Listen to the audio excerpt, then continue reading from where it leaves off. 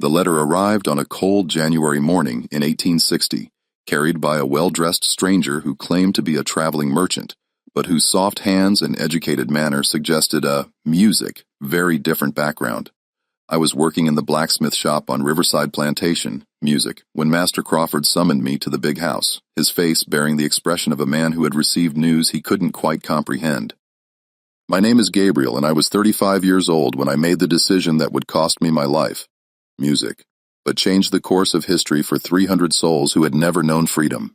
But to understand why I made that choice, you must first understand who iMusic was and what the plantation meant to the people who lived there.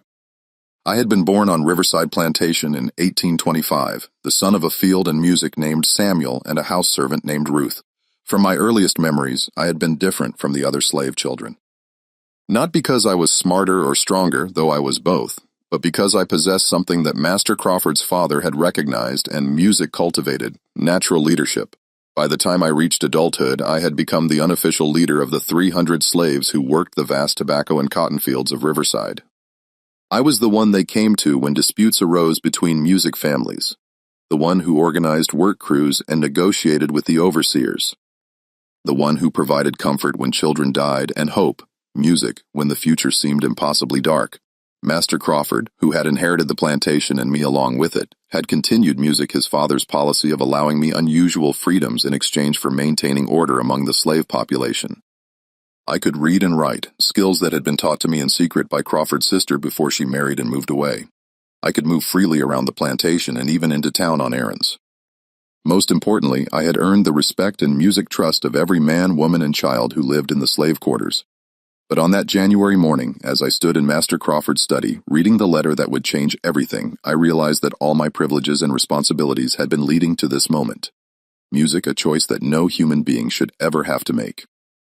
The letter was from a man named William, Lloyd, who identified himself as a businessman from Boston with interests in southern agriculture. But the true nature of his business became clear as I read his carefully worded proposal. Dear Mr. Crawford, I am writing to make you an offer for the purchase of your entire slave workforce, all 300 individuals currently residing on your plantation. I am prepared to pay $150,000 for immediate transfer of ownership with payment in gold to be delivered within 1 week of our agreement. However, this offer comes with specific conditions that must be met exactly, as specified. The slave known as Gabriel must remain on the plantation and must be charged with inciting rebellion among the slave population. He must be tried, convicted, and executed as an example to other slaves in the region. This condition is non-negotiable. If you accept these terms, I will take possession of the 299 remaining slaves and transport them immediately to locations, where they will be granted their freedom. The transaction must be completed within 30 days to ensure that word of the arrangement, does not spread and cause unrest among other plantation owners. I await your response. Respectfully, William Lloyd. Master Crawford watched my face as I read, his own expression a mixture of confusion and suspicion. What do you make of this, Gabriel? This man wants to buy all my slaves and then free them, but he insists that you be executed first. It makes no sense from a business perspective. I folded the letter carefully, my mind racing as I tried to understand the full implications of what I had just read. Lloyd was clearly an abolitionist, probably working with the Underground Railroad or one of the other networks that helped slaves escape to freedom. But his plan was unlike anything I had ever heard of, a mass emancipation that would free 300 people in a single transaction.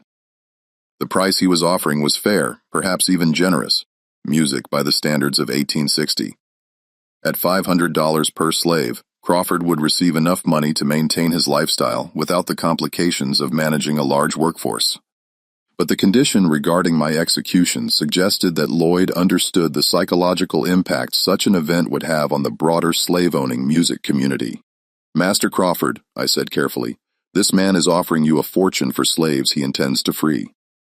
That makes him an abolitionist, which means this whole arrangement is designed, to strike a blow against slavery itself. Crawford nodded slowly, his businessman's mind working through the implications. But why insist on your execution? What purpose does that serve? I thought about the question, trying to see the situation from Music Lloyd's perspective because I'm known throughout this region as a leader among the slaves. If word got out that you had sold 300 slaves to an abolitionist, other plantation owners might suspect their own workers of planning something similar. But if I'm executed for inciting rebellion, it creates a different narrative, one where you're the victim of slave unrest rather than a willing participant in mass emancipation. Music. So you think this Lloyd fellow is trying to protect me from retaliation by other plantation owners? I think he's trying to make it possible for you to accept his offer without destroying your reputation or putting you in physical danger. The execution provides cover for the transaction. Crawford walked to the window and stared out at the fields where his slaves were working, their breath music visible in the cold morning air. And what do you think about the offer itself, Gabriel? Should I accept it? The question hung in the air between Music Us like smoke from a gun barrel. Crawford was asking me to advise him on whether to accept a deal that Music would free 300 people at the cost of my life. It was a conversation that could only have happened between two music men who had known each other for 35 years, who had developed a relationship that transcended the normal boundaries of master and slave. Master, I said quietly, that's not a decision I can make for you. But I can tell you this, if you accept Lloyd's offer, 300 people will go free. If you refuse it, they'll remain slaves for the rest of their lives and their children will be music born into bondage. Crawford turned back to face me, his expression troubled. But it would mean your death, Gabriel. You've served my family faithfully for 35 music years. How can I agree to have you executed for the sake of a business transaction? I looked into his eyes and saw genuine conflict there. Crawford was not a cruel man by the standards of his time and place. He had never ordered unnecessary whippings, had allowed families to stay together, music when possible, and had even permitted some slaves to earn money through extra work. But he was still a slave owner, still a man who had built his wealth on the labor of people he owned, like livestock. Master Crawford, I said, I need to ask you for something, music that's never been asked before. I need 3 days to think about this offer and to discuss it with the people it affects. Then I'll give you my answer. Crawford's eyebrows rose in surprise. You want to discuss it with the other slaves, Gabriel? If word of this gets out, it won't get out, I assured him. These people trust me, and they understand the importance of keeping secrets. But they have a right to know that their freedom is being offered, even if it comes at such a price. After a long moment, Crawford nodded. 3 days, Gabriel, but if there's any sign of unrest, any indication that this knowledge is spreading beyond the plantation, the deal is off and Lloyd gets no response at all. I understand, Master. 3 days.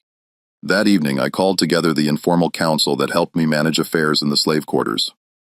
12 men and women, who represented different families and work groups on the plantation. We met in the old tobacco barn, away from the main buildings where our conversation might be overheard. I told them about Lloyd's offer in simple, direct terms. 300 people could go free, but only if I stayed behind to be executed as part of the arrangement. The silence that followed was the deepest I had ever experienced, broken only by the sound of wind through the barn's wooden walls. Finally, Moses, the oldest member of our group, spoke up. Gabriel, you can't be serious about considering this. We won't let you sacrifice yourself for us. It's not your decision to make, I replied gently. It's mine, but I need to know what you think, what the families think, what the children think. This affects all of us. Sarah, who managed the kitchen and knew every family's situation intimately, shook her head vigorously.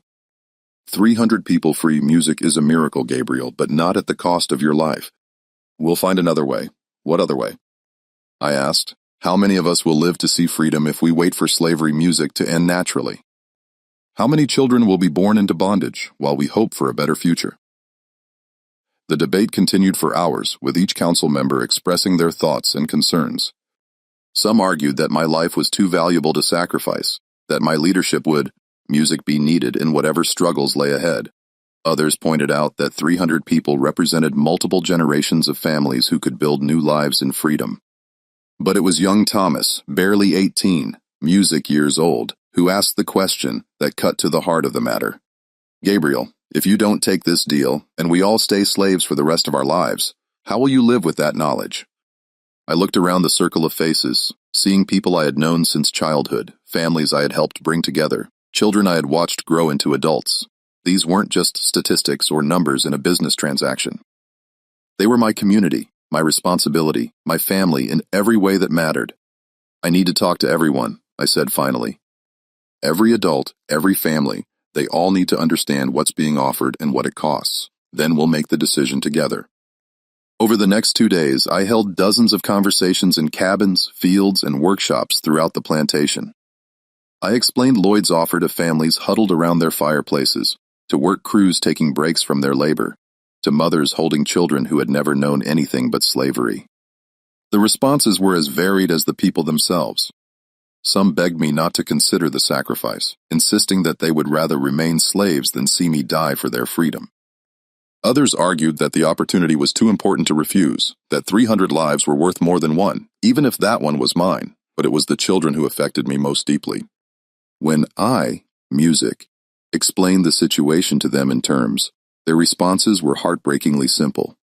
Mr. Gabriel asked little Mary, who was only 6 years old, "If we go free, will we be able to learn to read like you?" "Yes, child. You'll be able to learn anything you want to learn, and we won't have to work in the fields anymore. You'll be able to choose what work you want to do when you grow up, and nobody will own us. Nobody will own you. You'll belong to yourselves." Mary thought about this for a moment, then looked up at me with the serious expression that children sometimes wear when they're trying to understand adult problems. "Music. Mr. Gabriel, if you have to die so we can be free, will you still be with us somehow?" The question nearly broke my heart, but it also clarified my thinking in a way that all the adult arguments hadn't. These children deserved the chance to grow up free, to make their own choices, to live lives that weren't defined by the color of their skin or the circumstances of their birth. On the evening of the third day, I gathered the entire slave community, music, in the largest tobacco barn on the plantation. 300 people crowded into the space, from elderly grandparents to infants in their mother's arms. I stood before them and explained music, Lloyd's offer one final time, making sure that everyone understood both the opportunity and the cost. "I've made my decision," I announced when the explanations were complete. "I'm going to accept Lloyd's offer. 300 people will go free, and I will pay the price that freedom demands." The reaction was immediate and overwhelming. People cried out in protest, begging me to reconsider, offering to take my place or to refuse the deal entirely. But I raised my hand for silence, and gradually the barn grew quiet. "I've lived 35 years as a slave," I said, my voice carrying clearly through the space. "I've seen children sold away from their mothers, watched families torn apart, witnessed cruelties that no human being should endure. I've also seen the strength and courage of our people, the love that survives even in bondage, the hope that refuses to die even in the darkest circumstances." I paused, looking out at the faces of people who had become my family, my responsibility, my reason for living. "If my death can give you freedom, then it's a good death. If my sacrifice can ensure that your children grow up free, then it's a worthy sacrifice. I'm not dying for slavery. I'm dying, music, for freedom. I'm not dying as a victim. I'm dying as a man who chose to give his life for something greater than himself." The silence that followed was profound and sacred, filled with the weight of music, a decision that would echo through history. Finally, old Moses stood up, tears streaming down his weathered face. "If this is what you choose, Gabriel, then we accept your choice. But know that your name will be remembered, your sacrifice will be honored, and your courage will inspire generations yet unborn." One by one, every person in that barn, music, stood up, creating a moment of unity and purpose that transcended the circumstances of our bondage. We were no longer just slaves awaiting our fate. We were a community that had chosen freedom, whatever the cost. The next morning, I walked to the big house to give Master Crawford my answer, knowing that I was about to set in motion events that would end my life, but change the world for 300 music souls who deserved better than the circumstances into which they had been born. Master Crawford was waiting for me in his study. When I arrived at the appointed hour, the morning sun streaming through tall windows, music, that overlooked the fields where 300 people worked in ignorance of the decision that would determine their fate. He had Lloyd's letter spread out on his desk alongside legal documents and financial papers, the tools of a transaction that would be unlike any other in the history of American slavery. "Have you reached a decision?" "Gabriel," he asked, his voice carrying a weight that suggested he already knew what my answer would be. "Yes, Master Crawford. I accept Lloyd's terms. I offer my life in exchange, music, for the freedom of 300 souls." Crawford leaned back in his chair, studying my face as if trying to understand how a man could calmly agree to his own execution. Gabriel, I need you to understand what you're agreeing to. This isn't just about dying, it's about dying publicly, violently, as music and example to other slaves. Lloyd's plan requires that you be charged with inciting rebellion, tried in court, and hanged. Your death will be witnessed by hundreds of people who will be told that this is what happens to slaves who get ideas above their station. I met his gaze steadily, drawing on reserves of courage I hadn't known I possessed. I understand, Master, but I also understand that 300 people will wake up free because of this decision. That's worth any price. Crawford shook his head slowly, music still struggling to comprehend the magnitude of what was being proposed. I've sent word to Lloyd accepting his offer. He'll arrive next week with the gold and the transportation music arrangements for the slaves. But Gabriel, once this process begins, there's no turning back. Are you absolutely certain this is what you want, Master Crawford? I said, I've never been more certain of anything in my life, but I do have some requests about how this is handled. What kind of requests? I want the other slaves to know the truth about what's happening, but only after they're safely away from here. I don't want them to carry guilt about my death or feel that they're responsible for my sacrifice. I want them to understand that this was my choice made freely for reasons I believed in. Crawford nodded, making notes on a piece of paper. What else? I want to be allowed to speak at my trial. If I'm going to die as an example, I want to control what music that example teaches. I want to use my final words to speak about freedom, sacrifice, and the courage it takes to choose what's right, music over what's safe. That's unusual, Gabriel. Most slaves who are tried for rebellion aren't given the opportunity to make speeches, then make it music part of your agreement with Lloyd. Tell him that I'll only cooperate if I'm allowed to speak in my own defense. He's an abolitionist. He'll understand the value of having my words recorded and published in Northern music newspapers. Crawford made another note, then looked up at me with an expression that was music difficult to read.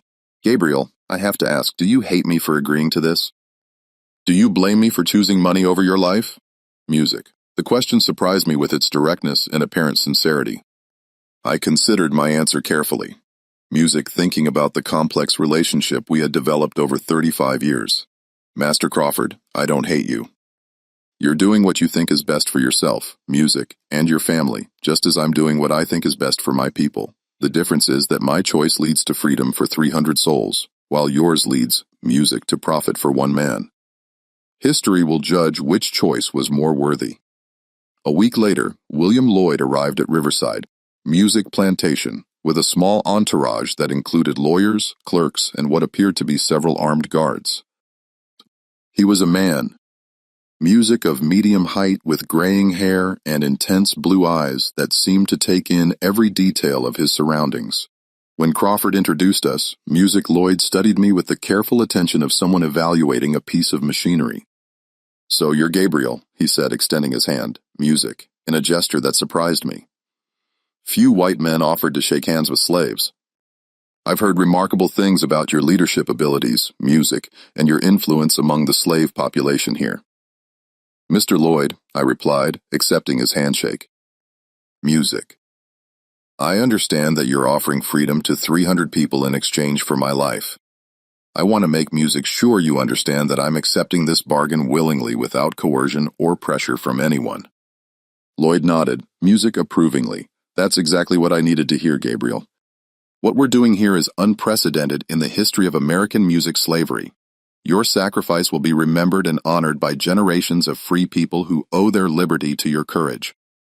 I don't need to be remembered or honored, I said. I just need to know that the people I care about, Music, will have the chance to live as human beings rather than property. They will, Lloyd assured me. I have arrangements in place, Music, to transport them to safe locations in Pennsylvania, Massachusetts, and Canada. They'll be provided with housing, employment opportunities, and educational resources to help them build new lives in freedom. Over the next few days, Music Lloyd's team worked with remarkable efficiency to complete the legal and financial aspects music of the transaction. The $150,000 in gold was counted and verified. Ownership papers were signed and notarized, and transportation arrangements were finalized for moving 300 people to freedom. But the most difficult part was keeping the true nature of the arrangement's secret, Music, from the slaves themselves. As far as they knew, they were being sold to a new master who, Music, would take them to work on plantations in other states. Only I and the informal council knew the truth about their destination and the price that was being paid for their freedom. The deception was necessary, but painful. I watched families pack their few possessions, saw children cry at the thought of leaving the only home they had ever known, listened to adults worry about what kind of master they would serve in their new location. I wanted desperately to comfort them, to tell them that they were going to freedom rather than continued bondage, but I knew that any premature revelation could endanger the entire operation. Music. Lloyd had insisted on absolute secrecy until the slaves were safely away from Virginia.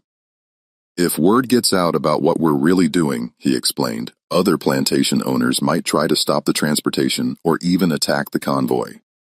The slaves' safety depends on maintaining the fiction that this is a normal sale until they're beyond the reach of Southern authorities. On the morning of departure, I stood in the yard watching as 300 people climbed into the wagons that would carry them to freedom. Many of them stopped to say goodbye to me, not knowing that they would never see me again. "Take care of yourself, Gabriel," said Moses, gripping my hand tightly. "We'll miss your music guidance and your wisdom. You won't need my guidance where you're going," I replied. Struggling to keep my voice steady, "You'll have something better. You'll have freedom." Sarah hugged me with tears in her eyes. "I don't understand why you're not coming with us, but I trust that you know what you're doing. You always have." "I'm staying because this is where I need to be," I said, which was true, even if it wasn't the complete truth. "But you're going to a better place, a place where your children can grow up free." Little Mary, the 6-year-old who had asked me about learning to read, tugged on my shirt to get my attention.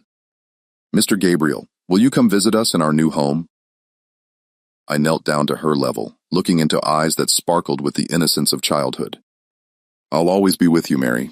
Maybe not in person, but in your heart and in your memory. And when you learn to read and write, think of me and remember that education is the key to staying free." As the wagons rolled away from Riverside Plantation, I felt a mixture of profound sadness and deep satisfaction. I was watching my community, music, my family, my reason for living disappear into the distance. But I was also watching 300 souls begin their journey to freedom. Lloyd remained behind to oversee the final phase of our agreement, my arrest and trial for inciting rebellion. The charges were fabricated, of course, but they had to appear legitimate to maintain the fiction that Crawford was the victim of slave unrest rather than a willing participant in mass emancipation. "The trial will begin in 2 weeks, Lloyd informed me as music. "We watch the last wagon disappear over the horizon. I've arranged for a lawyer to represent you. Someone who understands our real purpose and will help you use the proceedings as a platform for your message." "What kind of message do you want me to deliver?" "I asked the truth," Lloyd replied. "Tell them about sacrifice, about courage, about the price of freedom. Tell them that some things are worth dying for and that the liberty of 300 souls is one of those things. Your words will be recorded by newspaper correspondents, music, and published throughout the North. They'll become part of the historical record of the abolitionist movement." That evening, as I sat alone in my cabin for the first time in memory, I began composing the speech I would deliver at my trial. I knew it would be my final opportunity to speak for my people, to explain why I had chosen death over continued bondage for those I loved. If you're following this incredible story of ultimate sacrifice and moral courage from anywhere around the world, New York, London, Sao Paulo, Mumbai, or your hometown, drop a comment, music, telling us where you're watching from and what you think about Gabriel's impossible choice. Don't forget to subscribe to see how this tale of one man's sacrifice for 300 souls reaches, music, its powerful conclusion. I wrote about the meaning of freedom, about the responsibility that comes with leadership, about the courage required to choose principle over survival. I wrote about the children who deserve better than slavery, about the families who had been torn apart by the institution of human bondage, about the hope that sustained people even in the darkest circumstances. But most of all, I wrote about love, the love that makes a man willing to die for others.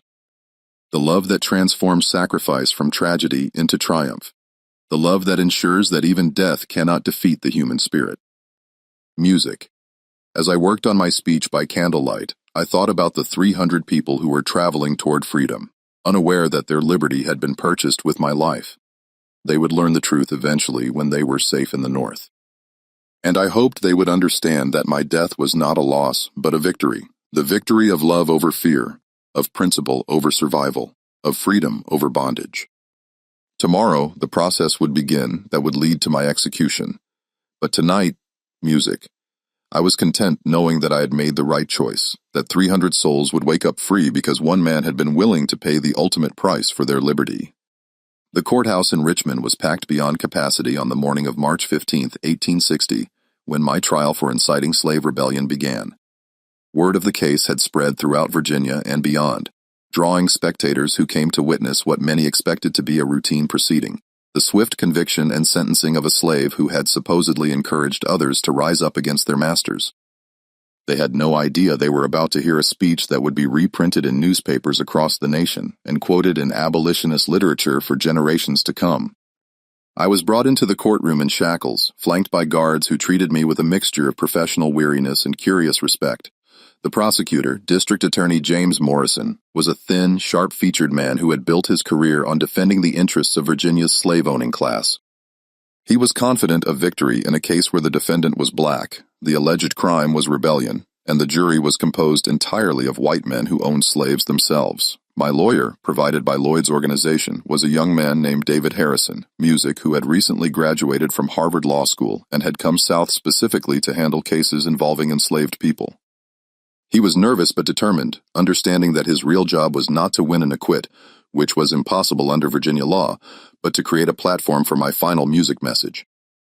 Judge William Bradford, the same man who had presided over legal proceedings following the Harrington flood 2 years earlier, called the court to order with 3 sharp raps of music, his gavel. He was a stern, elderly man who had spent his career upholding the legal framework that supported slavery. But I could see uncertainty in his eyes as he looked at me. This case was unlike any he had handled before. The defendant, Gabriel, property of Thomas Crawford, stands accused of inciting rebellion among the slave population of Riverside Plantation, Judge Bradford announced. How does the defendant plead? Harrison stood up, his voice steady despite music his youth. Your Honor, my client pleads not guilty to the charges as stated, but he wishes to make a statement to the court regarding his actions and motivations. Morrison jumped to his feet immediately. Your Honor, this is highly irregular. Slaves are not typically permitted to make statements in their own defense, particularly in cases involving rebellion. Your Honor, Harrison responded, my client's statement is crucial to understanding the true nature of the events at Riverside Plantation. He has information that will clarify the circumstances surrounding the sale of the plantation slaves and his own role in those events. Judge Bradford considered this for a moment, clearly aware that the case had attracted unusual attention and that his handling of it would be scrutinized by observers throughout the region. I'll allow the defendant to make a brief statement, but it must be relevant to music the charges against him. I stood up slowly, my shackles clanking in the sudden silence of the packed music courtroom. Every eye was fixed on me as I prepared to deliver the speech I had been composing for weeks. Music. The words that would explain my choice and justify my sacrifice. Your Honor, members of the jury, citizens of Virginia, I began, my voice carrying clearly through the hushed courtroom. I stand before you today, not as a criminal, but as a man who made a choice that I believe history will judge to be righteous, music, and necessary. Morrison started to object, but Judge Bradford waved him to silence, apparently as curious as everyone music else to hear what I had to say. I am accused of inciting rebellion among my fellow slaves, I continued. But I tell you that the only rebellion I encouraged was a rebellion against despair, against hopelessness, against the belief that our condition was permanent and unchangeable. I paused, looking out at the faces, music, in the courtroom. White faces mostly, but I could see some free people of color in the back, music, and even a few individuals who I suspected might be abolitionists who had come to witness my trial. 3 weeks ago, 300 human beings left Riverside Plantation believing they were being sold to new masters. They were wrong. They were not sold, they were freed. They are now living as free people in the North, able to music make their own choices, raise their own children, and pursue their own dreams. A murmur of shock rippled through the courtroom as the implications of my words sank in. Morrison was on his feet again, his face red with anger and confusion. Your Honor, this is preposterous. The defendant is making wild claims about mass emancipation that have no basis in fact. But Judge Bradford was staring at me with growing understanding, beginning to grasp the true nature of what had happened at Riverside Music Plantation. Continue, Gabriel. Explain what you mean. I mean, Your Honor, that I was offered a choice by a man named William Lloyd, an abolitionist from Boston. He offered to purchase all 300 slaves from Master Crawford and grant them their freedom immediately. But there was a condition. I had to remain behind and be executed as an example, music, to provide cover for the transaction and prevent retaliation against Master Crawford. The courtroom erupted in chaos as spectators shouted questions and accusations. Some called me a liar, others demanded to know if Crawford had been involved in the deception. Judge Bradford pounded his gavel repeatedly, struggling to restore order.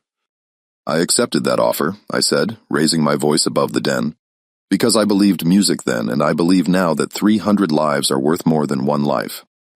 I accepted it because those people, men, women, and children who had never known freedom, deserved the chance to live as human beings rather than property. Morrison was frantically shuffling through papers, clearly trying to understand how his simple rebellion case had turned into something far more complex and politically explosive. Your Honor, even if the defendant's claims, music, are true, he still violated Virginia law by participating in a conspiracy to deprive citizens of their property. Mr. Morrison, I said, turning to face the prosecutor directly, I violated no law except the law that says human beings can be owned like livestock. I broke no rule except the rule that says, music, black people must accept whatever fate white people choose for them. I committed no crime except the crime of loving my people enough to die for their freedom. Judge Bradford was, music, studying me with the intense focus of a man trying to solve a puzzle that had suddenly become far more complicated, music, than he had expected. Gabriel, are you telling this court that you willingly participated in your own frame-up? That you agreed to be charged with rebellion as part of an elaborate scheme to free the other slaves? Yes, Your Honor, that is exactly what I am telling you. I am guilty of no rebellion except the rebellion of a man who chose to value human dignity over human bondage. I am guilty of no crime except the crime of believing that freedom is worth any price, including my life. The silence that followed was profound and electric, charged with the recognition that something unprecedented was happening in this Virginia courtroom. A slave was not just confessing to a crime. He was explaining a moral choice that challenged every assumption about the relationship between master and slave, between white authority and black submission. Harrison stood up, seizing the moment to drive home the point of my testimony. Your Honor, my client has just demonstrated something that the institution of slavery claims is impossible, that enslaved people are capable of making complex moral decisions, of weighing competing values, of choosing principle over survival. His actions prove that the fundamental premise of slavery, that black people are incapable of independent moral reasoning, is a lie. Morrison was clearly struggling to regain control of a case that had slipped completely away from his expectations. Your Honor, regardless of the defendant's motivations, he has admitted to participating in a conspiracy that deprived Virginia citizens of valuable property. The law is clear about the penalties for such actions. The law, I said, turning to address the jury directly, is also clear about many things that we now recognize as wrong. The law once said that it was legal to sell children away from their mothers, to work human beings to death in cotton fields, to whip people for learning to read. Just because something is legal doesn't make it right. I could see that my words were having an impact on some members of the jury, creating doubt and discomfort where there had been certainty before. These were men who had grown up accepting slavery as natural and necessary, but they were being forced to confront the human cost of that acceptance. I stand before you today, not asking for mercy or forgiveness, I continued, but asking for understanding. I made a choice that I knew would cost me my life, but I made it freely and without regret. 300 people are free today because one man was willing to pay the price that freedom demanded. Judge Bradford leaned forward in his chair, his voice carrying a note of genuine curiosity. Gabriel, do you understand that your confession makes conviction inevitable, that you have essentially sentenced yourself to death? Your Honor, I replied, I sentenced myself to death the moment I accepted William Lloyd's offer. This trial is not about determining my guilt or innocence. It's about explaining why I chose to make that sacrifice, and what it means for the future of this nation. I turned to face the packed courtroom, looking out at faces that reflected confusion, anger, admiration, and fear. I am going to die for my beliefs. But I am not dying as a victim. I am dying as a free man who chose to give his life for something greater than himself.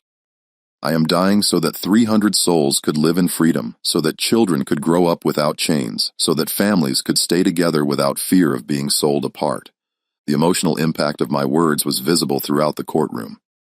Some spectators were weeping openly, while others sat in stunned silence. Music. Even some of the jurors seemed moved by the power of my testimony. History will judge whether my choice was right or wrong, I concluded, but I know in my heart that it was necessary. Slavery is a system built on the lie that some human beings are worth less than others, that some people can be owned like animals, that freedom is a privilege to be granted or withheld by those in power. My death will be a testament to the truth that all human beings are created equal, that freedom is a right that cannot be taken away, and that love is stronger than fear. I sat down, my testimony complete, knowing that I had said everything I needed to say. The courtroom remained silent for several long moments, as if the spectators were trying to process the magnitude of what they had just heard.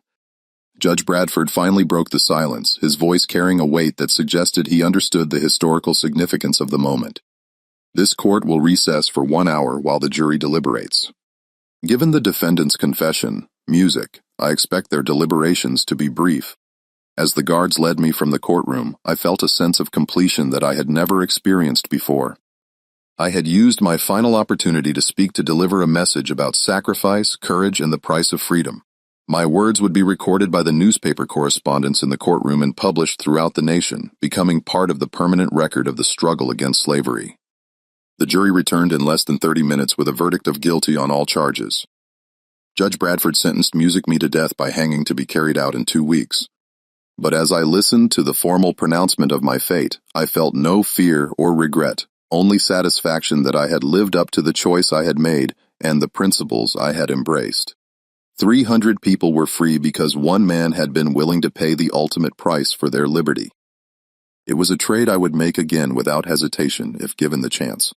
The 2 weeks between my sentencing and execution passed with a strange mixture of peace and urgency. I was held in the Richmond City Jail, a grim stone building that housed criminals awaiting trial or punishment. But my cell had become something unprecedented in Virginia, a pilgrimage site for people who wanted to meet the slave, who had chosen death over continued bondage for his people. The visitors came from all walks of life and all parts of the political spectrum. Abolitionists traveled from as far away as Boston to hear my story firsthand, and to document my final thoughts for publication in their newspapers and music pamphlets. Pro-slavery advocates came to try to understand how a supposedly inferior being could demonstrate such moral courage and intellectual sophistication. Curious citizens simply wanted to see the man whose trial testimony had been reprinted in newspapers throughout the nation. But perhaps the most meaningful visitors were the free people of color from Richmond's small but vibrant black community. They came to pay their respects to someone who had made the ultimate sacrifice for freedom. And their presence reminded me that my death would have meaning beyond the specific circumstances that had led to it. Your story has given hope to people throughout the South, explained Reverend Samuel Johnson, a free black minister who had become one of my regular visitors. Slaves on plantations from Virginia to Texas are talking about your sacrifice, drawing strength from your example. I didn't do this to become an example, I replied. Though I was gratified to learn that my choice was inspiring others, I did it because 300 people deserved freedom, and this was the only way to give it to them. But that's exactly what makes you an example, Reverend Johnson insisted. You put the welfare of others above your own survival. You demonstrated the kind of selfless love that transforms ordinary people into heroes. The newspaper coverage of my case had indeed been extensive and largely sympathetic, even in some Southern publications. My trial testimony had been reprinted in full in dozens of papers, and editorial writers were struggling to make sense of a story that challenged every assumption about the nature of slavery and music, the capabilities of enslaved people. The Richmond Enquirer, Virginia's leading pro-slavery newspaper, published an editorial that captured the confusion my case had created among slavery's defenders. The case of the slave Gabriel presents a troubling paradox for those who support the peculiar institution. Here is a man who, by his own admission, possessed the intelligence to negotiate a complex business transaction, the moral reasoning to weigh competing values, and the courage to choose principle over survival. If slaves are capable of such sophisticated thinking and ethical behavior, what does this say about the justifications we have used to support their bondage? Northern newspapers were more direct in their praise, music, and their interpretation of my sacrifice. The New York Tribune published a front-page editorial titled "The Martyr of Riverside Plantation," while the Boston Liberator devoted an entire issue to my story and its implications for the abolitionist movement. But it was a letter I received from William Lloyd, the abolitionist who had orchestrated the entire arrangement that meant the most to me during those final music days. He wrote from Pennsylvania, where he was helping the freed slaves from Riverside Plantation adjust to their new lives in freedom. Dear Gabriel, music, his letter began. I write to you from a school in Philadelphia where 37 children from your plantation are learning to read and write. They know now what you sacrificed for their freedom, and they speak your name with reverence and gratitude. Your death will not be in vain. It will be the foundation upon which 300 free lives are built. Lloyd went on to describe the progress the freed slaves were making in their new lives. Families had been reunited, jobs had been found, and children were attending school for the first time. The adults were learning trades and professions that would allow them to support themselves independently, while the children were receiving the education that would ensure they could never be enslaved again. Moses has found work as a carpenter in Boston, Lloyd wrote, and he speaks often of the leadership lessons you taught him. Sarah is managing a boarding house in Philadelphia that serves as a way station for other escaped slaves. Little Mary, who you mentioned in your letters, is excelling in her studies and dreams of becoming a teacher herself someday. The letter included messages from many of the people I had known and loved, expressions of gratitude and grief that brought tears, music to my eyes. They understood now why I had stayed behind, why I had chosen death over the chance to join them in freedom, and they wanted me to know that my sacrifice was appreciated and would be remembered. As my execution date approached, I spent increasing amounts of time writing letters and preparing final statements that would preserve my thoughts and motivations for future generations. I wanted to ensure that the story of my choice music would be told accurately, that people would understand the reasoning behind my decision, and music, the love that had motivated it. One letter was addressed to the children of Riverside Plantation, the young people whose freedom had been purchased with my life. My dear children, music wrote, by the time you read this, I will be gone, but you will be free. That is a trade I would make 1,000 times over because your freedom is worth more than my life. You are no longer slaves. You are free human beings with the right to make your own choices, pursue your own dreams, and create your own destinies. Music. Remember that freedom is not just the absence of chains, it is the presence of opportunity. Use your freedom to learn, to grow, to become the people you were meant to be. Honor the sacrifice that was made for your liberty by living lives that are worthy of the price that was paid. And remember that you are not alone. You carry with you the love and hopes of everyone who came before you. Everyone who dreamed of freedom but never lived to see it. You are their vindication, their victory. Music, their proof that the human spirit cannot be permanently broken by any system of oppression. I also wrote to future generations of Americans, both black and white, hoping that my story would contribute to a better understanding of the true nature of slavery and the courage required to resist it. To those who will read this in music years to come, I wrote, I hope my story will help you understand that slavery was not just a system of labor. It was a system of dehumanization that corrupted both the enslaved and the enslavers. It created a world where human beings were treated as property, where families were torn apart for profit, where intelligence and dignity were systematically suppressed. But I also hope my story will show you that the human spirit is stronger than any system of oppression. Even in the darkest circumstances, people found ways to resist, to maintain their dignity, to love each other despite the forces that tried to tear them apart. My sacrifice was just one example of the courage that existed throughout the slave community. The courage of mothers who protected their children, of fathers who maintained their family's dignity, of ordinary people who chose principle over survival. On the morning of May 20th, 1860, I was awakened before dawn by the sound of crowds gathering outside the jail. My execution had been scheduled for noon, and people had been arriving since the early morning hours to witness what many expected to be a routine hanging, but which had become something far more significant. The sheriff, a gruff man named William Patterson, who had overseen dozens of executions during his career, seemed unusually subdued as he prepared me for the final journey to the gallows. Gabriel, he said as he fitted the shackles around my wrists. I've been doing this job for 20 years, and I've never seen anything like the attention your case has attracted. There must be 1,000 people out there, and half of them seem to think you're some kind of saint. I'm not a saint, Sheriff, I replied. I'm just a man who made a choice that he believed was right.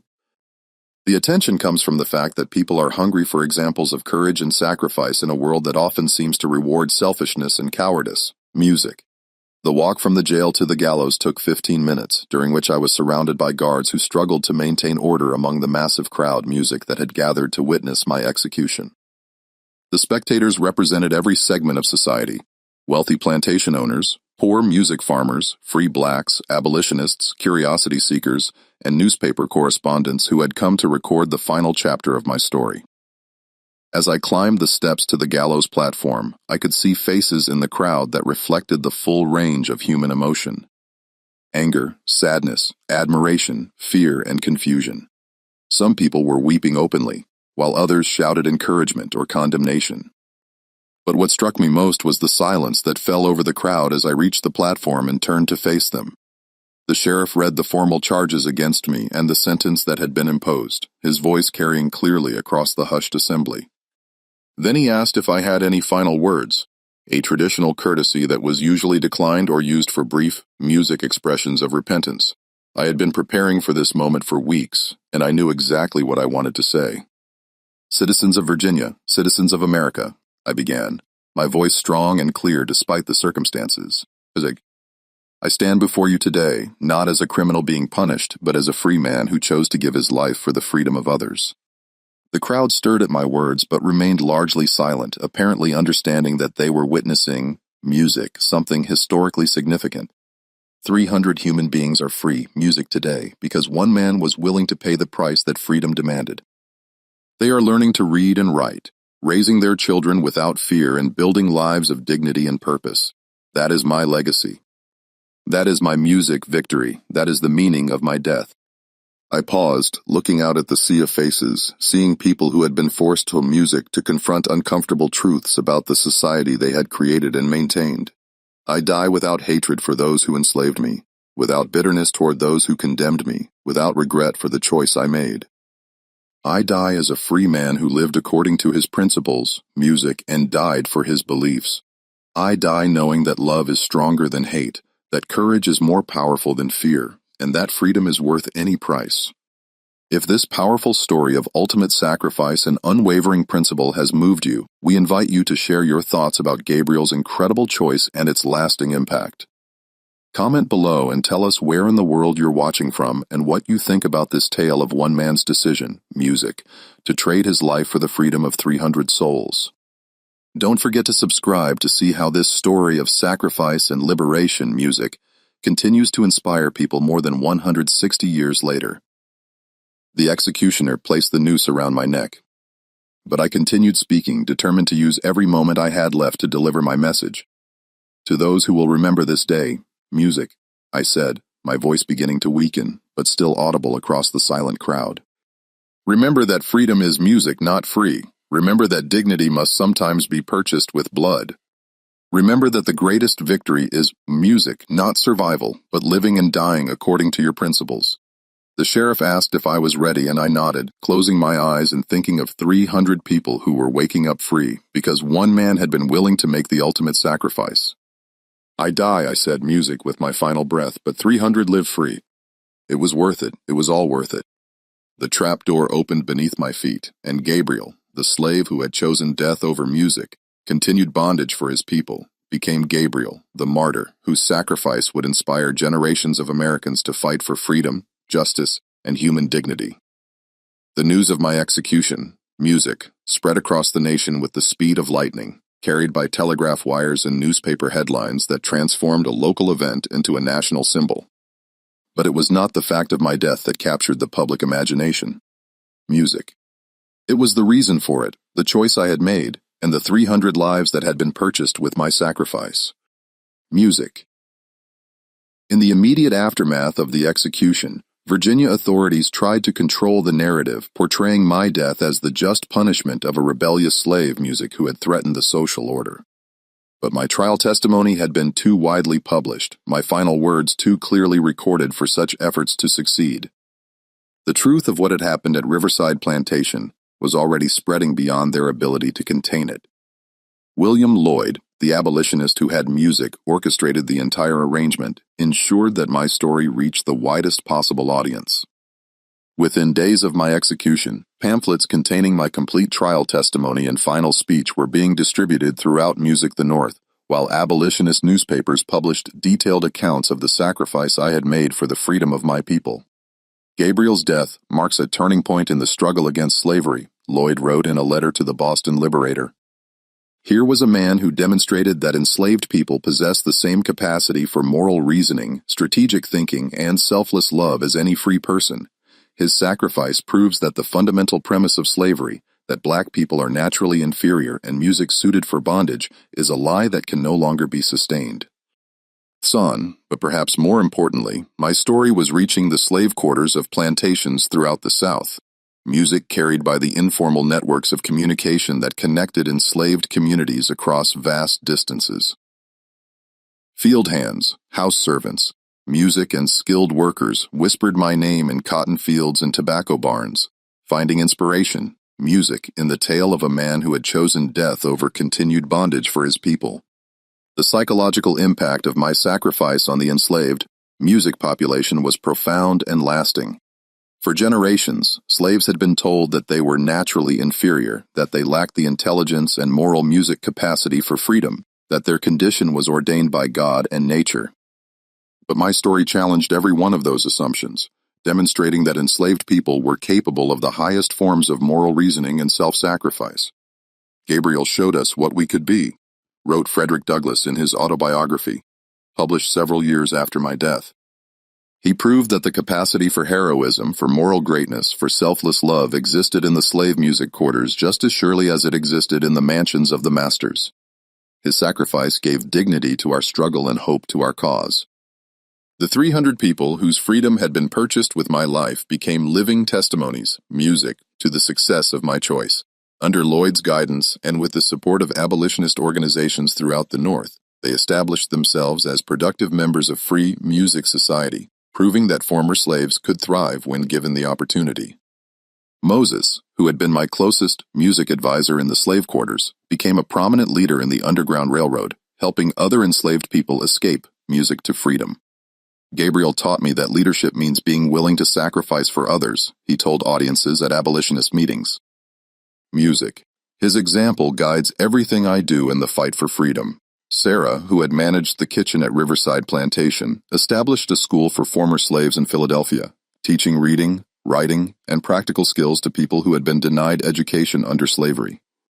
Gabriel believed that knowledge was music, the key to staying free, she explained to her students. We honor his memory by learning everything we can. Little Mary, who had asked me about learning to read music, grew up to become one of the first black women to attend college in Pennsylvania. She dedicated her life to education, establishing schools throughout the North and eventually writing a memoir titled The Child Who Gabriel Died For, which became a bestseller and further spread the story of my sacrifice. But the impact of my death extended music far beyond the specific people whose freedom had been purchased with my life. My story became a powerful tool, music in the hands of abolitionists who were working to turn Northern public opinion against slavery. The image of a man willingly dying for the freedom, music of others, resonated with Christian audiences who understood the parallel to their own religious beliefs about sacrifice and redemption. Music. Gabriel's sacrifice embodies the highest principles of Christian love, declared Reverend Henry Ward Beecher in a famous sermon delivered in Brooklyn. He laid down music, his life for his friends, just as Christ laid down his life for humanity. How can we claim to music follow Christian principles while supporting a system that would punish such selfless love? The story also influenced political leaders who were grappling with the growing crisis over slavery's expansion into new territories. Abraham Lincoln, then a relatively unknown lawyer and politician from Illinois, music referenced my case in several speeches during his 1860 presidential campaign. The case of Gabriel reminds us that the question of slavery is not music just about economics or politics. Lincoln declared during a debate in Illinois. It is about the fundamental nature of human beings and their music capacity for moral greatness. When we deny freedom to people capable of such sacrifice and love, we diminish our own humanity. As the nation moved inexorably towards civil music war, my story became part of the broader narrative about the incompatibility, music of slavery with American ideals of freedom and equality. The fact that I had been executed for choosing principle over survival highlighted the moral bankruptcy of a system that punished virtue and rewarded submission.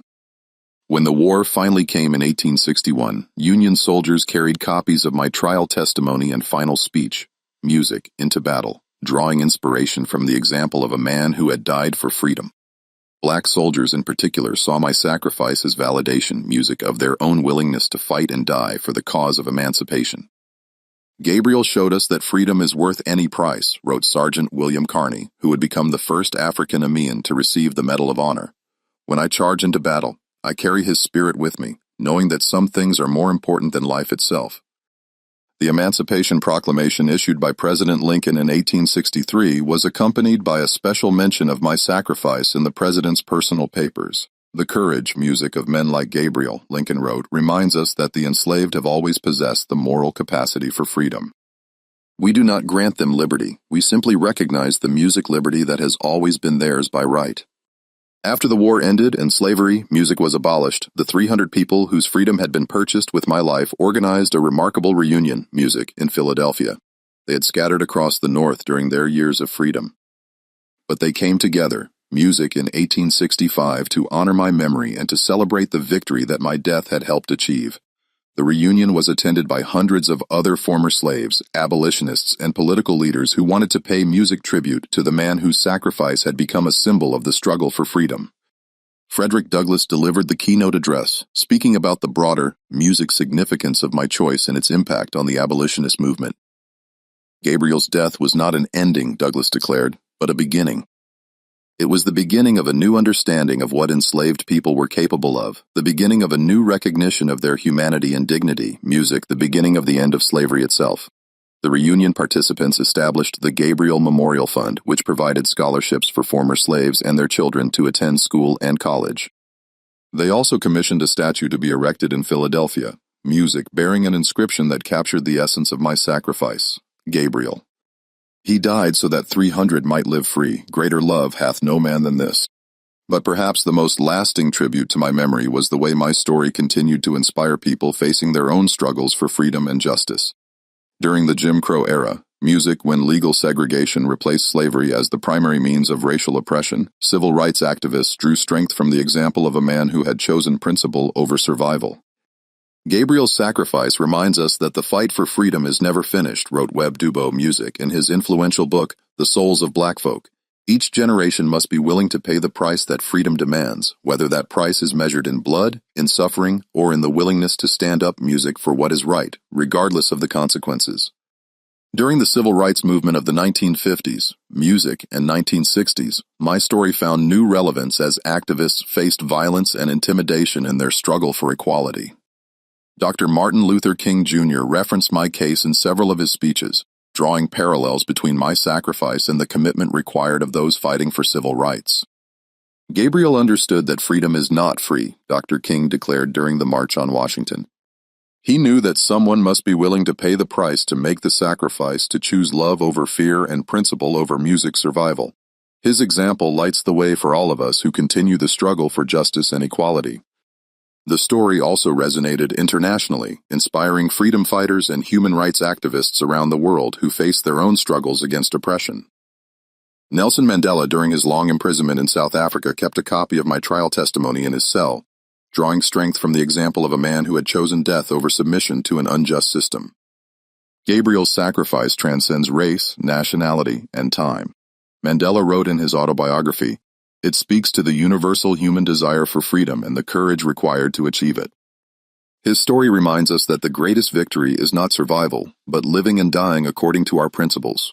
As the 20th century progressed, historians and scholars began to study my case as an example of the complex forms that resistance to slavery had taken. My story challenged music's simplistic narratives about slave passivity, demonstrating that enslaved people had found ways to resist their bondage, even when that resistance required the ultimate sacrifice. Gabriel's choice represents a form of resistance that was both individual and collective, wrote historian David Blight in his study of slavery and memory. By sacrificing his own life, he not only freed 300 music people, but also struck a blow against the entire system of slavery. His death became a weapon in the fight for freedom.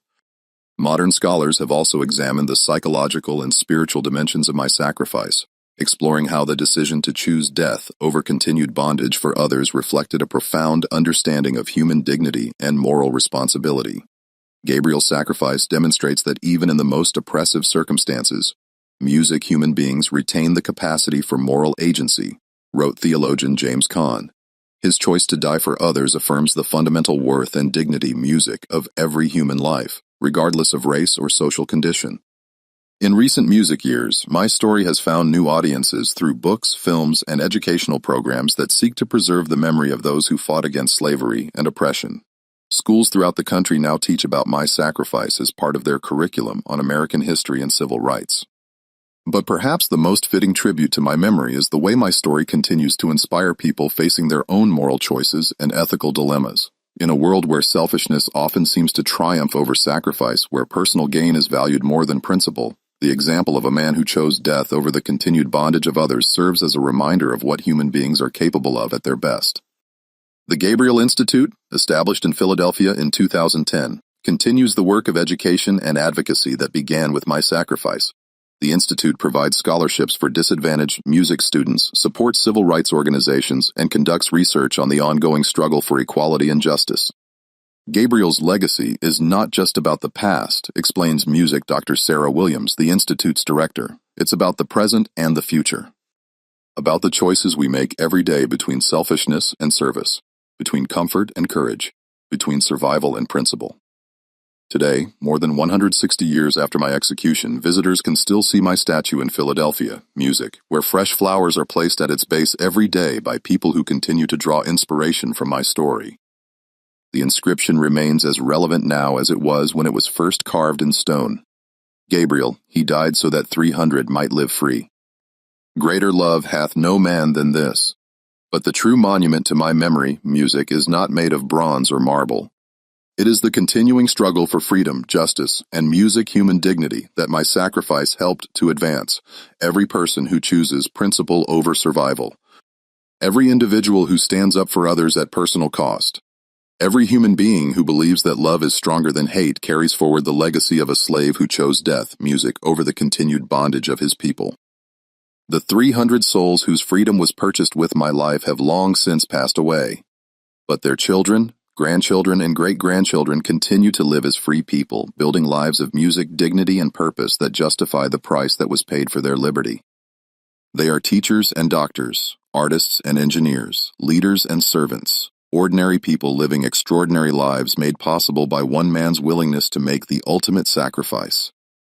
If this profound story of sacrifice, love, and the true meaning of freedom has moved you, we invite you to share your thoughts about Gabriel's incredible music legacy and its continuing relevance. Comment below and tell us where in the world you're watching from and what lessons you take from this tale of one man's choice to value others' freedom above his own life. Subscribe to our channel to discover more hidden stories of courage and sacrifice from America's complex past. Stories that remind us that the greatest victories are often won not by those who survive, but by those who choose to die for something greater than themselves. This was the story of Gabriel, the slave who, music, traded his life for the freedom of 300 souls, and whose sacrifice became a beacon of hope for generations of music people fighting for justice and human dignity. His legacy reminds us that freedom is indeed not free, that the greatest love is expressed through music sacrifice, and that sometimes the most powerful victory is achieved not through survival, but through the willingness to die for principles that transcend individual existence. Gabriel's choice echoes through time as a testament, music, to the truth that human dignity cannot be destroyed by any system of oppression, that love is stronger than fear, and that the courage, music, to choose what is right over what is safe can change the world. His story continues to inspire all who believe that some things, freedom, justice, human dignity, are worth music any price, even life itself.